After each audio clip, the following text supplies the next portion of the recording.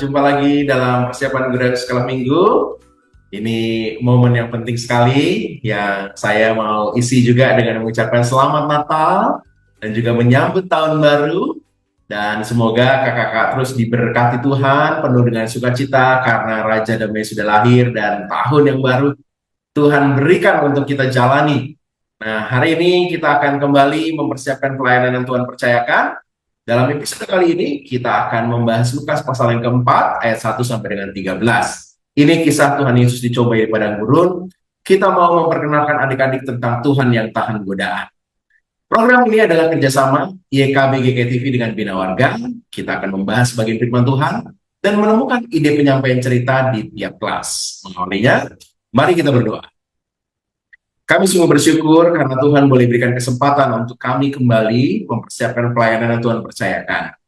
Ya Roh Kudus berkuasa atas setiap kami sehingga kami boleh mempersiapkan diri dengan baik dan kelak apa yang Tuhan percayakan ini boleh membuat kami mengenal Tuhan. Tuhan yang mengasihi kami, Tuhan yang terus menjadi teladan bagi kami, terutama di tengah godaan yang ada. Kami bersyukur dalam Yesus. Amin. Kita akan membahas bagian firman Tuhan dari Lukas pasal yang keempat, ayat 1 sampai dengan 13 bersama Kakak Pendeta Santi. Kak Santi, silakan. Terima kasih Kak Pendeta Hendra. Mari kita membaca Injil Lukas pasal 4 ayat 1 sampai 13. Perikop ini diberi judul Pencobaan di Padang Gurun. Yesus yang penuh dengan Roh Kudus kembali dari Sungai Yordan, lalu dibawa oleh Roh Kudus ke padang gurun. 40 hari lamanya ia dicobai iblis. Selama hari-hari itu ia tidak makan apa-apa dan setelah itu ia lapar. Berkatalah iblis kepadanya, "Jika engkau anak Allah, perintahkanlah batu ini menjadi roti." Jawab Yesus kepadanya, "Ada tertulis, manusia hidup bukan dari roti saja." Kemudian ia membawa Yesus ke suatu tempat yang tinggi dan dalam sekejap mata ia memperlihatkan kepadanya semua kerajaan dunia. Kata iblis kepadanya, "Segala kuasa itu serta kemuliaannya akan kuberikan kepadamu, sebab semuanya itu telah diserahkan kepadaku dan aku memberikannya kepada siapa saja yang kukehendaki.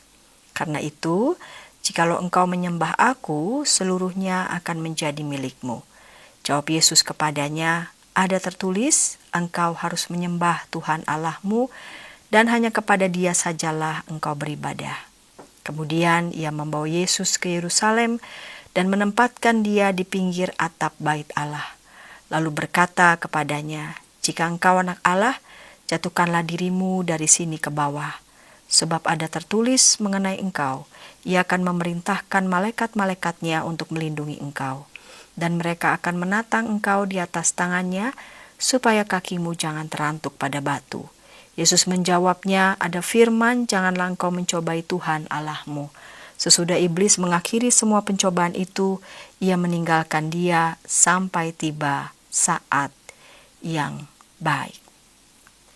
Kakak-kakak, di ayat pertama dituliskan di sana, Yesus yang penuh dengan Roh Kudus kembali dari Sungai Yordan. Jadi setelah peristiwa baptisan di Sungai Yordan, Yesus telah dipenuhi Roh Kudus. Dan dalam kekuatan roh itulah yang memimpin Yesus, membawa Yesus ke padang gurun. Ya, tema bahan ajar kita belajar dari kisah pencobaan di padang gurun. Kata padang gurun, kenapa padang gurun? Jadi memang menurut Alkitab dan pemahaman Yahudi, gurun itu adalah tempat yang tepat untuk berdialog dengan Allah. Tempat di mana manusia itu bergumul, merenung untuk mengambil keputusan-keputusan yang sangat penting untuk melangkah di masa depan. Gurun juga mengingatkan kita pada tempat yang pernah dialami oleh bangsa Israel selama 40 tahun. Ketika mereka keluar dari Mesir, mereka berjalan melewati padang gurun selama 40 tahun. Nah, sebagaimana bangsa Israel yang mengalami berbagai macam pergulatan dalam perjalanan mereka selama 40 tahun, Yesus juga mengalami pencobaan di padang gurun selama 40 hari. Namun berbeda ya dengan yang dialami oleh bangsa Israel selama 40 tahun ini. Selama 40 tahun mereka berjalan melewati padang gurun, mereka banyak kali jatuh dalam pencobaan. Namun Yesus tidak. Ya, itu bedanya. Nah, mari kakak-kakak kita akan melihat Yesus ternyata berpuasa selama 40 hari lamanya. Jadi ia tidak makan apa-apa. Ya, mengapa berpuasa? Puasa adalah disiplin rohani yang Yesus lakukan dengan berpantang baik makan maupun minum. Dan sekaligus ya selama 40 hari di padang gurun itu Yesus berpuasa, lalu kemudian melakukan perenungan sebelum ia melakukan karya pelayanannya, melakukan misi Allah yang memang diberikan, ditugaskan kepada Yesus. Nah, kita ingat dalam Alkitab selain Yesus juga Musa berpuasa 40 hari ketika ia dipanggil Tuhan naik ke Gunung Sinai untuk menerima loh batu. Kita juga ingat peristiwa tentang Elia berpuasa 40 hari ketika ia naik ke Gunung Horeb. Yesus berpuasa 40 hari sebagai persiapan rohaninya, disiplin rohaninya, melakukan discernment ya, seperti itu untuk berdialog dengan Allah, mempertajam misi pelayanannya kepada orang banyak. Dalam suasana ataupun situasi yang krisis, karena memang Yesus pada saat itu berpuasa, disitulah ia dicobai oleh iblis. Kita akan melihat ya pencobaan itu satu persatu. Pertama, mengubah batu menjadi roti. Kedua adalah menyembah iblis. Dan ketiga, menjatuhkan diri dari bubungan bait Allah. Di pencobaan pertama, iblis memahami kondisi pertama yang dialami oleh Yesus, lapar. Ya, dalam kondisi yang lapar itulah iblis mengatakan, jika engkau anak Allah, perintahkanlah batu ini menjadi roti. Yesus ditantang ya, bukan hanya untuk memuaskan rasa laparnya, tapi untuk mempertontonkan kekuatan dirinya sebagai anak Allah ya. Lapar, dalam situasi yang sangat lapar, mudahlah ya bahkan mengubah batu-batu ini menjadi roti. Namun Yesus secara tegas mengatakan manusia hidup bukan dari roti saja.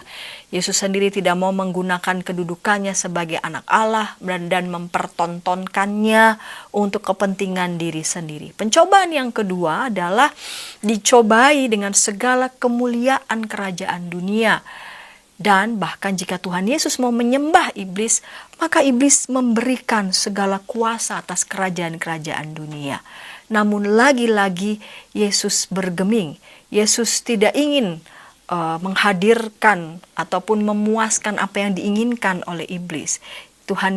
Bagi Tuhan Yesus bukan kerajaan dunia ini yang Tuhan Yesus inginkan, namun kerajaan Allah di mana Allah sang penguasa, itulah yang harus dihadirkan. Tuhan Yesus tidak mau memperoleh semuanya secara instan, namun ia menolak. Engkau harus menyembah Tuhan Allahmu dan hanya kepada Dia sajalah engkau berbakti. Dan pencobaan yang ketiga adalah Yesus diminta untuk menjatuhkan diri dari bubungan bait Allah agar malaikat segera mendatanginya. Ingin menunjukkan kehebatan Tuhan Yesus dapat dilihat oleh banyak orang, seperti menimbulkan sensasi yang dapat memikat banyak orang, dapat menggalang kekuatan dari para pengikutnya dengan mudah. Tapi Yesus mengatakan, jangan mencobai Tuhan Allahmu.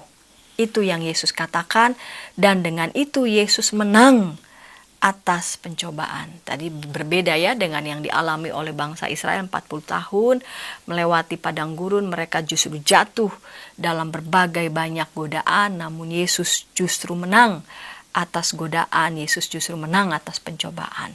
Kita lihat tujuan di kelas Batita Balita, anak mengetahui kisah pencobaan di padang gurun, dan anak dapat mengatakan Tuhan Yesus tahan godaan.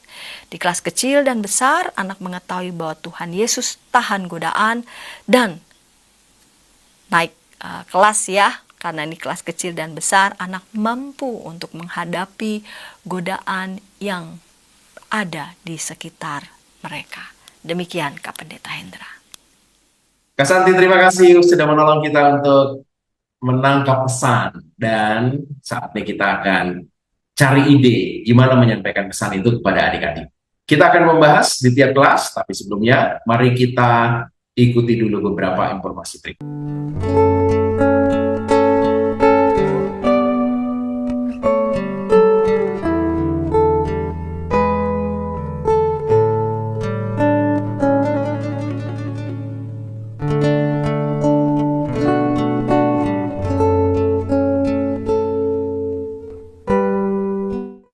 Masih dalam program persiapan guru sekolah minggu, kita sedang membahas Lukas pasal yang keempat, ayat 1 sampai dengan 13.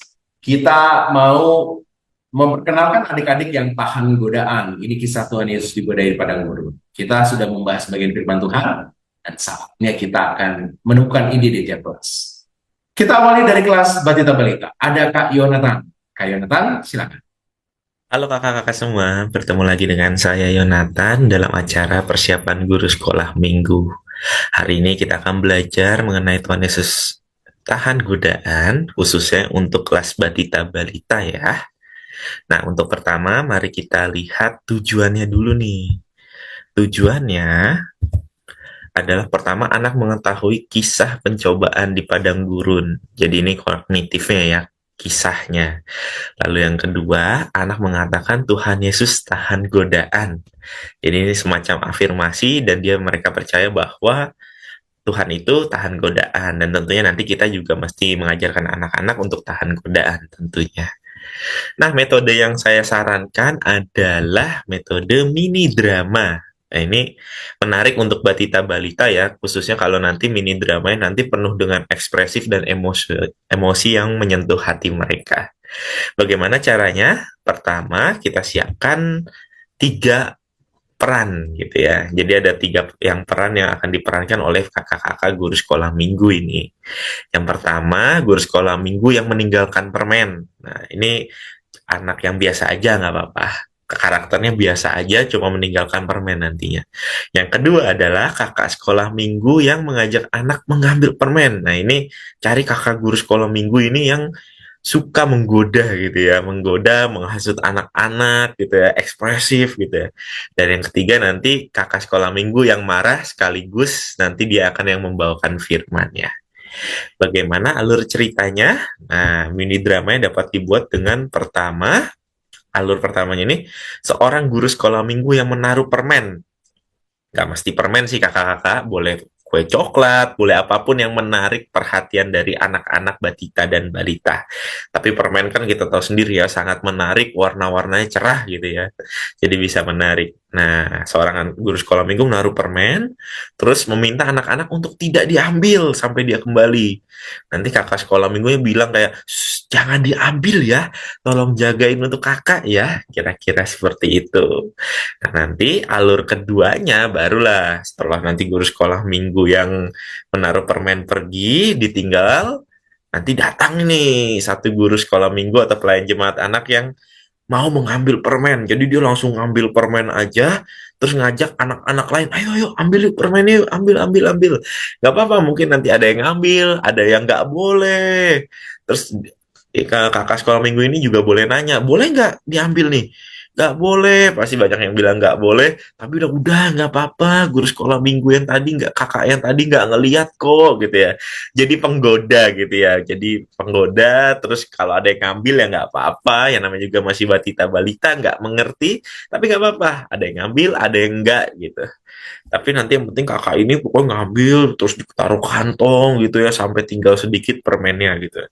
Nah, barulah nanti setelah udah diambil, sudah saling menghasut, datanglah kakak sekolah minggu yang menjadi PF-nya sebenarnya ini ya, pelayan firmannya, yang memarahi guru sekolah minggu yang mengambil permen tadi. Dimarahin, kamu kok ngambil-ngambil, itu kan bukan punya kamu. Ih, kamu mah nggak tahan godaan, bisa kayak gitu. Lalu barulah kakak sekolah minggu yang marahin ini menceritakan bahwa kita kan pengikut Kristus, kita harus ngikutin Yesus yang tahan akan godaan. Khususnya kalau dalam bacaan kita ini ada 3 godaan.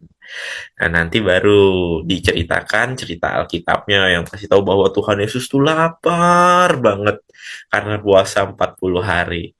Terus lalu iblis datang, boleh tuh pakai biasanya kalau di sekolah minggu pakai yang hitam-hitam semua ya. Lalu setelah itu baru dikasih godaan pertama, ubah batu jadi roti. Ini terserah kakak-kakak. Mau ada batu beneran jadi roti, atau ada gambar batu terus berubah jadi roti disulap-sulap, nggak apa-apa. Itu terserah kakak-kakak semua, sekreatifnya aja.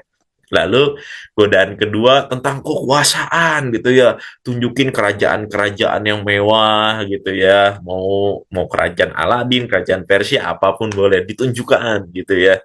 Terus nanti yang ketiga, godaan ketiga itu tentang kehebatan, kekuatan. Wah, Superman aja bisa loncat gitu ya, bisa terbang. Apalagi kamu gitu ya, loncat dari ketinggian, pasti nanti ada malaikat yang menopang kakimu supaya nggak terantuk batu gitu ya. Nah, nanti setiap godaannya tentu kita ceritakan bahwa Yesus menolak itu. Yesus berhasil melawan dan tidak tergoda. Nanti di godaan ketiga kan Yesus marah, nyahlah kau iblis gitu ya. Nanti baru iblisnya kalah dan pergi. Dan kasih tahu bahwa ternyata Yesus berhasil menang melawan godaan. Termasuk mungkin seperti kita yang akan sering digoda dengan permen, kita juga harus menang tuh. Nah, setelah cerita Alkitabnya selesai, terus nanti kakak sekolah minggu yang dimarahin tadi tuh bisa balikin semua permennya. Oke deh, aku tahan godaan gitu. Nah, nanti untuk kita lihat keberhasilan ceritanya, kita bisa punya kegiatan lagi, yaitu kita kasih 3 gambar ini kan gitu ya. Ada cobaan mengenai lompat dari tebing, terus ada batu jadi roti, terus ada tentang kerajaan. Nanti minta anak-anak batita balita urutkan mana pencobaan pertama, mana kedua, mana ketiga. Karena batita balita kan masih belajar menghitung ya, kakak-kakak. Jadi nanti tinggal ditulis deh, mana 1, 2, 3. Nah, ini kan angkanya masih acak. Nanti minta mereka susun angka-angka ini menjadi benar. Kira-kira seperti itu, kakak-kakak. Ini beberapa saran dari saya, hanya metode. Kalau kakak-kakak punya metode yang lebih menarik, dipersilahkan. Tapi yang penting kita mengajarkan anak-anak untuk tahan kepada godaan juga. Sekian dari saya, terima kasih. Tuhan Yesus memberkati. Terima kasih Kak Yonatan sudah menolong kita untuk menangkap pesan firman Tuhan dan gimana cara untuk menyampaikannya di kelas Batita Balita. Kita akan beranjak ke kelas kecil, tapi sebelumnya mari kita ikuti dulu beberapa informasi berikut. Dari gungkungan malam gelap. Nyanyikanlah nyanyian baru setiap hari Rabu pukul 12 waktu Indonesia Barat. Dapat Anda nikmati di channel Lagu Rohani YKB TV. Masih dalam program persiapan guru sekolah minggu, kita sedang membahas Lukas pasal yang keempat, ayat 1 sampai dengan 13, kisah Tuhan Yesus dicobai di padang gurun. Kita mau memperkenalkan adik-adik tentang Tuhan yang tahan godaan. Nah, dalam bagian ini kita akan membahas ide yang bisa kita gunakan di kelas kecil 1 sampai dengan 3 SD. Ada Kak Maria Ivon yang akan menolong kita untuk menemukan ide ini. Kak Ivon, silakan. Shalom para kakak, kembali berjumpa lagi dengan Kak Ivon. Yuk kita sama-sama mempersiapkan materi Tuhan Yesus tahan godaan untuk kelas kecil. Selamat menyaksikan. Bacaan kita hari ini diambil dari Injil Lukas, Lukas 4 ayat 1 hingga 13. Tuhan Yesus tahan godaan untuk kelas kecil. Tujuan pembelajarannya, anak mengetahui bahwa Tuhan Yesus tahan godaan dan anak mampu menghadapi godaan yang ada di sekitar mereka. Metode bercerita, pembukaan, cerita Alkitab, aplikasi sehari-hari, dan aktivitas. Untuk pembukaan, kakak-kakak bisa bagikan permen ke tiap anak dan katakan bahwa mereka boleh memilih untuk langsung makan permennya atau menunggu sampai waktu untuk makan permen tiba gitu. Biasanya adik-adik pasti akan nanya, "Kak, boleh dimakan sekarang Kak? Kak, kalau nanti gimana Kak? Kak, boleh nggak?" Pasti akan bertanya. Udah, kita tetap berikan senyum saja dan ya sebaiknya sih nanti ya tunggu waktu untuk makan permen tiba, tapi terserah deh. Adik-adik boleh pilih ya. Nah, adik-adik silahkan ambil keputusannya sendiri gitu. Pasti sih mereka berpikir, masa ibadah boleh ya makan permen. Nah, jadi kita biarkan mereka berpikir sendiri. Dan cerita Alkitab, setelah dibaptis oleh Roh Kudus, Yesus dibawa ke padang gurun. Kakak-kakak bisa tunjukkan gambar ya, metode gambar ini sangat efektif tentunya. Dan kita lihat bagaimana Tuhan Yesus berpuasa 40 hari 40 malam. Kalau kita nggak makan 2 hari nggak makan nggak minum lagi. Kalau nggak makan aja mungkin bisa ya kita minum susu kuat. Tapi kalau ini nggak makan dan nggak minum, lemas kan pasti. Wah, lemas banget deh. Ini Tuhan Yesus 40 hari 40 malam. Datang deh iblis tahu nih Tuhan Yesus lagi lemah. Nah, digoda deh. Yesus, nih ada batu. Kamu kan anak Allah, kamu kan bisa membuat mukjizat. Ubah dong nih batunya jadi roti. Nah, tuh godaan pertama. Tapi Tuhan Yesus menolaknya dan menjawabnya ya, bahwa manusia hidup bukan hanya dari roti tapi dari setiap firman Allah. Nah, kita ulangi lagi bahwa Tuhan Yesus tahan godaan. Terus Tuhan Yesus digoda lagi. Nah, dan yang kedua juga Tuhan Yesus tahan godaan. Kakak silakan jelaskan. Sampai yang ketiga juga ya, Tuhan Yesus bilang tidak dan Tuhan Yesus tahan godaan. Bahkan sampai akhirnya iblis pun menyerah, kalah. Ya, dia enyah dari sisi Yesus dan Yesus pun tahan akan godaannya. Nah, Tuhan Yesus dicoba 3 kali. Cobaan yang pertama dijawab no.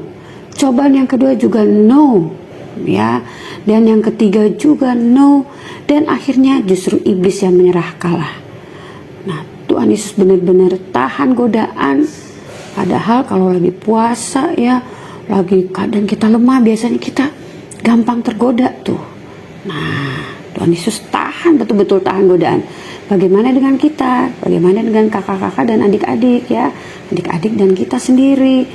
Nah, seperti Tuhan Yesus, kita harus bisa mengatakan tidak. Seperti Tuhan Yesus mengatakan tidak saat iblis datang menggodanya. Nah, suatu hari aku lupa belajar nih.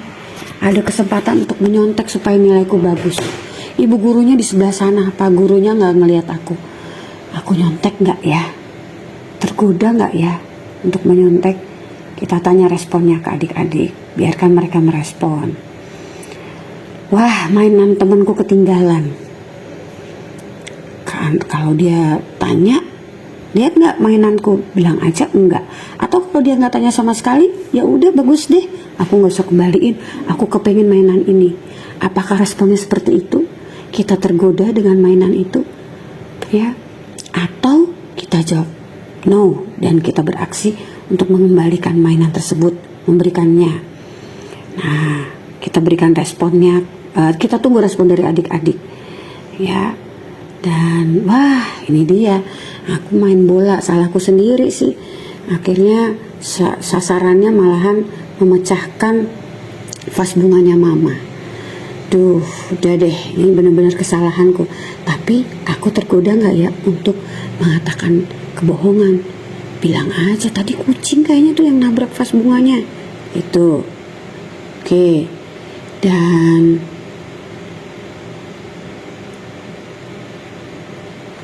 selanjutnya ayat hafalan Yakobus 4 ayat 7. Karena itu tunduklah kepala kepada Allah dan lawanlah iblis, maka ia akan lari daripadamu. Nah, yang tadi nih, tanyakan kepada adik-adik, siapa yang tadi belum makan permennya? Coba tunjukin ke kakak. Nah, ternyata kamu berhasil menahan dari godaan untuk buru-buru gak makan permen. Nih ya, sebatang coklat sebagai hadiah. Mungkin adik-adik yang tadi makan permen, protes ya lah tadi sih, kakak bilangnya boleh. Nah, iya sih adik-adik, tapi tadi kakak mengajak adik-adik semua untuk berpikir, masa lagi ibadah makan permen? Nah, itu termasuk godaan juga tuh. Nah, sekarang ibadahnya ceritanya udah selesai ya. Nah, adik-adik bisa makan permennya gitu. Kan tadi ada kakak bilang, adik-adik boleh pilih mau makan permennya sekarang atau nanti di waktu ada tanda waktu untuk makan permen. Nah, karena adik-adik tidak buru-buru makan permennya, nih dikasih hadiah ya. Dan jelaskan bahwa di dalam kehidupan kita pun harus menahan diri dari godaan. Godaan itu bisa dari macam-macam ya. Nah, kita harus bisa menahan diri dari godaan karena ada hal yang lebih baik yang akan kita terima. Contohnya misalnya tadi nih, kita tergoda untuk mengambil mainan atau tidak mengembalikan, padahal mainan itu punya teman kita yang kita inginkan. Kalau kita kembalikan, bisa jadi teman kita bilang, aduh terima kasih ya. Bisa jadi nih kemungkinannya, aku sebenarnya punya 2. Nih, aku kasih kamu ya, karena kamu sudah mengembalikan ke aku. Ini sebagai ungkapan terima kasih. Ternyata kita dapat dapat hal yang lebih baik itu. Nah, jadi jelaskan lagi bahwa kita harus bisa menahan diri dari godaan karena ada hal yang lebih baik akan kita terima dari Allah. Nah, untuk aktivitas yang pertama kita bisa mencetak di kertas tebal ya, ada gambar-gambar ini, dan katakan yes untuk gambar yang kita bisa melawan godaan iblis. Kita bisa aja nih di gambar pertama ya, mengatakan aku punya uang untuk beli es krim. Ada temanku, nggak usah dibeliin juga nggak apa-apa, orang dia nggak minta. Tapi karena kita berbelas kasih, kalau godaan iblis udah nggak usah ngapain. Tapi karena kita berbelas kasih, kita melawan godaan itu dan kita memberikan kepada teman kita. Teman kita senang, kita pun ikut senang, itu ya. Nah, itulah. Terus tapi ada godaan lagi nih yang kedua, di gambar kedua. Nah, berarti untuk yang pertama ini yes ya. Di gambar kedua ada kesempatan untuk nyontek. Aku melawan godaan ini enggak ya? Aku nggak mau, say no ya. Aku nggak mau nyontek. Ini juga, waduh, aku harus bisa melawan godaan ini nih. Aku nggak mau, aku harus hidup rukun. Berarti no untuk gambar yang ini. Ini aku belajar bareng, baca bareng sama adikku. Yes. Nah, dan selanjutnya ini kakak-kakak bisa kita ajak mengerjakannya bersama-sama ya, dan dinarasikan dulu gitu, dan dilanjutkan bisa aktivitas kedua karena tadi singkat. Itu untuk kelas 1 ya misalkan. Nah, ini untuk kelas 2 dan 3 bisa pakai puzzle. Nih untuk kelas 1 mungkin bisa juga, tapi potongan-potongannya lebih sedikit gitu. Kalau ini untuk kelas 2 dan 3 lebih banyak nih. Ini ada gambar bagaimana Tuhan melawan iblis, melawan godaan iblis, dan Tuhan pun menang. Nah, itu ya aktivitasnya. Demikian para kakak, sampai jumpa dan selamat mempersiapkan. Itulah tadi para kakak, semoga kita bisa mempersiapkannya, dan saya yakin para kakak bisa lebih mempersiapkannya dengan lebih baik lagi. Tuhan Yesus memberkati. Terima kasih Kak Ivon sudah menolong kita untuk menangkap ide yang bisa kita gunakan di kelas kecil. Kita akan beranjak ke kelas besar. Tapi sebelumnya, mari kita ikuti dulu beberapa informasi berikut. Dari kungkungan malam gelap, Nyanyikanlah nyanyian baru setiap hari Rabu pukul 12 waktu Indonesia Barat. Dapat Anda nikmati di channel Lagu Rohani YKB TV. Masih dalam program persiapan guru sekolah minggu, program kerjasama YKB GKI TV dengan Bina Warga. Kita sedang membahas Lukas pasal yang keempat, ayat 1 sampai 13, kisah Tuhan Yesus dicobai di padang gurun. Kita sudah membahas bagian firman Tuhan, ide di kelas Batita Balita, kelas kecil, dan saatnya kelas besar. Ada Kak Grace Victoria. Kak Grace Victoria, silakan. Halo kakak-kakak, hari ini kita akan sama-sama mempersiapkan diri kita untuk bisa mengajar kepada adik-adik di kelas besar dengan tema Tuhan Yesus tahan godaan yang diambil dari Lukas pasal 4 ayat 1 sampai 13. Harus kita ingat bersama seperti biasa dua tujuan apa yang hendak dicapai ketika kita mengajar dan adik-adik menjadi tahu tentang apa yang kita ajarkan. Tujuan yang pertama adalah adik-adik tahu bahwa Tuhan Yesus tahan godaan. Dan tujuan yang kedua adalah adik-adik mampu menghadapi godaan yang ada di sekitar mereka. Jadi mereka tidak hanya tahu, oh Tuhan Yesus tahan pencobaan, Tuhan Yesus tahan godaan, tetapi itu juga boleh mereka refleksikan dalam kehidupan mereka dalam keseharian. Nah, dengan mengingat dua tujuan itu, kita boleh sama-sama menggali, mendalami tentang teks, dan juga kita kontekskan terhadap kehidupan adik-adik di kelas besar. Jadi bukan kehidupan kita gitu ya kakak-kakak, tapi kehidupan adik-adik di kelas besar. Nah, untuk mengawali, usulan saya yang pertama adalah kita boleh mengajak adik-adik untuk melakukan suatu permainan kecil atau mini challenge gitu. Dan setiap adik-adik bermain sendiri, jadi ini bukan permainan kelompok tapi permainan individual. Dari games atau dari challenge yang kita berikan, setiap adik-adik yang berhasil menyelesaikan challenge-nya mendapatkan poin. Seperti coba tunjukkan Alkitab yang adik-adik bawa. Kalau mereka dapat bawa Alkitab, maka masing-masing mereka mendapatkan poin. Lalu boleh juga usulkan, coba keluarkan pulpen kalian, coba angkat baju kalian dan lain sebagainya, sampai di titik kakak-kakak mencoba membuat jebakan. Seperti coba jewer kuping yang ada di sebelah kanan dan kiri adik-adik. Nah, kenapa itu menjadi suatu godaan? Karena di satu sisi mereka akan mendapatkan poin, dan ketika mereka berhasil mendapatkan poin yang paling banyak, maka mereka akan dapat hadiah. Tetapi challenge yang kakak-kakak berikan, walaupun poinnya besar, nanti kakak-kakak berikan poin yang besar, tapi ada suatu hal yang seharusnya tidak boleh dilakukan. Seperti menjewer, mencubit kuping di teman di sebelah kanan dan di sebelah kiri mereka. Itu tentu bukan suatu hal yang baik. Nah, dari challenge itu nanti kakak-kakak boleh masuk dalam pembacaan Alkitab, boleh dibacakan, boleh diceritakan ulang kembali bagaimana Tuhan Yesus menghadapi pencobaan dan 3 godaan apa yang Tuhan Yesus hadapi.